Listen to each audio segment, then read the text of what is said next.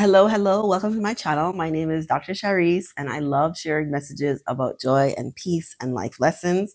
And today I want to talk with you about some lessons that have really stood out for me in listening to women in their 50s and 60s. I strongly encourage you to listen to your elders, like listen to wisdom, like people who've experienced things and have, looked at other people's lives over decades to improve their lives themselves. Like there's so much for us to learn. There's so many people who came before us that figured it out or didn't figure it out or made many mistakes and then figured it out, that I think there's so much knowledge. And I just want to share some of the things that stood out to me. Number one, you do not need a man. And not just like you don't need a man to save you or you don't need a man for money. Like you don't need a man to complete your life. You don't need a man to feel worthy. Like anything you want in your life, you actually don't need a man for. And one of the most recent ones for me was understanding you don't need a man to have kids, right? Like if you really want to have kids, you can find a way to do that on your own. Some women don't view themselves as having this possibility, and it's only something I've recently started also encouraging women to do on their own, like to make the choice for yourself. Like if you don't have a baby by this date, then you will do what? Adopt, foster, IVF, like whatever it is. Figure out, what do you want to do if you really genuinely want kids? And for women who say, I would only give my man a husband if he's a good man, or the only way I would have kids is if I was married, because I used to say I wouldn't have another child unless I got married. And part of that I think is like true for me. The other part was I just didn't have the money to take care of another child. I had the one because I knew that I could afford the lifestyle that I wanted him to have, and more I couldn't. So I could have given myself the option of making even more money so that I can afford another child. But I was probably like a one and done, and without realizing it, just kept pushing it because I just didn't feel like it was the right time for me to have another child.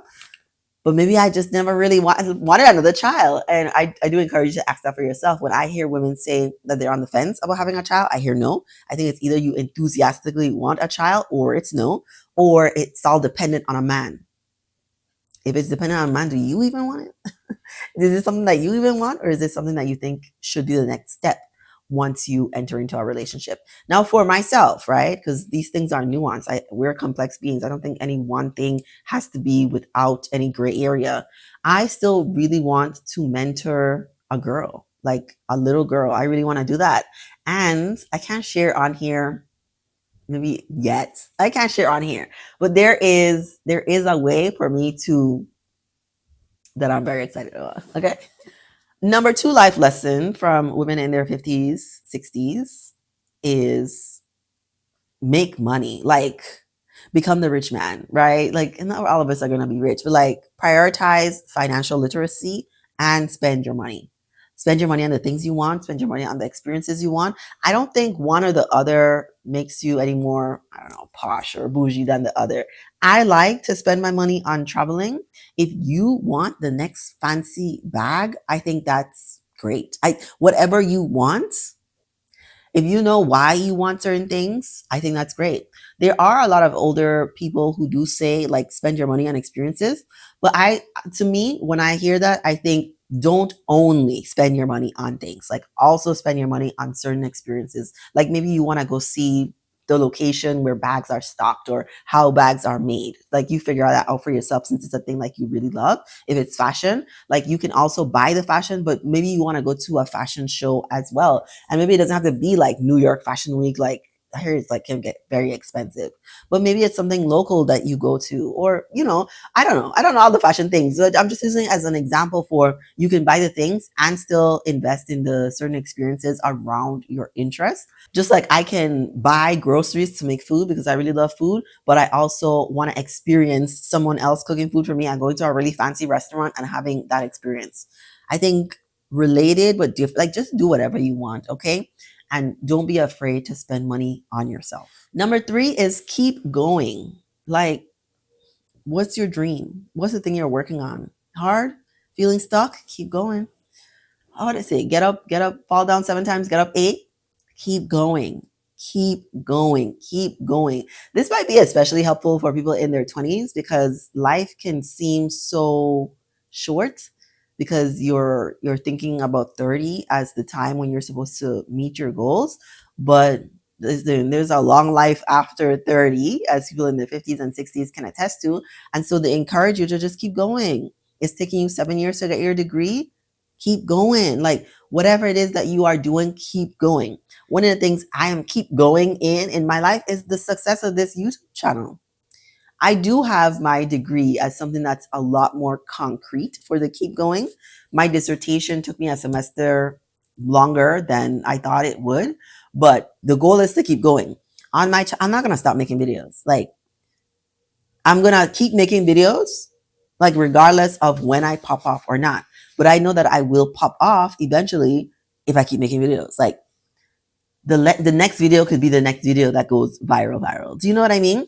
And even though like I don't have a million subscribers now, it's important to focus on the process of a thing.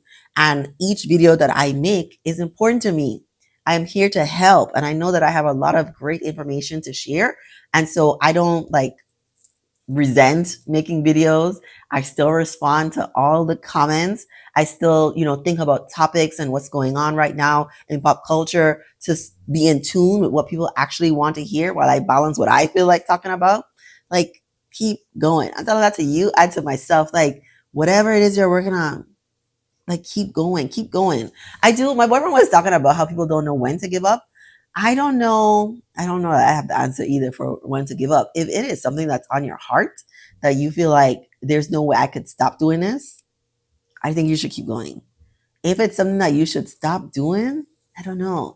Like when you think about the basketball player who breaks his leg and then can't compete, like you don't really have a choice. Like there are other ways to realize your dream of being in basketball or being in the sports world without doing that specific thing. What I would encourage anyone to do if you are contemplating stopping or to keep going is to meditate, right? Sit in silence, find some time to slow down so that you're not making decisions based out of fear, that you are really making decisions for yourself based out of love. But I think as a general rule, keep going. No, keep going. Number 4 on my list is health is wealth. And 50s, 60s is literally when a lot of people's bodies break down because of what they were doing in their 20s and their 30s. Okay? So it's super important that you invest in your health like consistently, not just going to the doctor for your yearly checkup or I don't really believe in it. I go when I need to go. Okay. But going, respecting science and medical professionals, getting the checkups that you need, getting the lab works that you need, but also on a day-to-day basis, eating food that is nourishing to your body, the endings like stopping eating when your body is full. And if your body doesn't know when it's full, going to seek help for a thing that you need, getting the resources, the information that you need to actually transform your life if that's something you need to do. And then always remembering to be mobile. I have done a lot of research in my 20s because I was worried about being skinny fat. I wasn't, but I was worried about, oh my gosh, I'm like so skinny, but there are like all these other things that you need to do to like maintain good health in long life. And so I'm like very focused on like, what does a long, beautiful life with great mobility and energy level look like? And that is about moving your body however way you want to move it, but also including resistance training in that. It's just, these people say it's a game changer. You have to move your body if you want to continue to be mobile. Otherwise, you will be a couch potato. Your body will break down. You'll just be gaining weight. And then you'll just have all these other illnesses that can accumulate on top of that. And the last one on my list is number 5. Life is short and long. Like you can reinvent yourself many times in one lifetime, but you only have one lifetime. And given that the average lifespan in America is 76 years, when girl, I have a goal of being alive 110 years, you have time. Life is short, but you have time. Like there's really no rush to get certain things done. I do believe in like and not that it's something to believe in. I do acknowledge the short window of time for a woman's childbearing age, right? That you do need to figure that out if you want to naturally have your own child. Some people can't even though they were 22, they can't even conceive a child. So whatever your specific situation is, you consider that there's a lot of time for you to get the things that you want in life. And even though you've been doing one thing for 10, 20, 30 years, there is still an opportunity to change. And I was thinking about a post I saw with lots of people who gain a certain level of success after 40, after 50, including Oprah and I think J.K. Rowling, although, she's like a trans, whatever. But there's a lot of examples of people who got success later in life, like after 50, that remind us that it's never too late, that you can always go back to a dream because dreams don't die, they fester. Whatever is on your heart, whatever you know that you're supposed to be doing here on this earth. Because I think if we're not giving back or giving, like even if you live on the side of a mountain, like if you're one with nature, if you're communing with nature, I think that's a way of giving back and like giving. I don't know if you're writing, whatever it is that you're doing. I don't think we were meant to just take from the world. I think one of the things that makes being a human so fulfilling is being in community and giving back to the community and figuring out like what do people need? What is a skill or strength that I have that I can offer? I think it's so satisfying to your soul. So those are my first 5 of life lessons from some of our elders. Let me know if you have any that you've learned from someone older, much older than you. Give this video a like if you enjoyed it. Subscribe to my channel for more videos like this. And thank you for watching.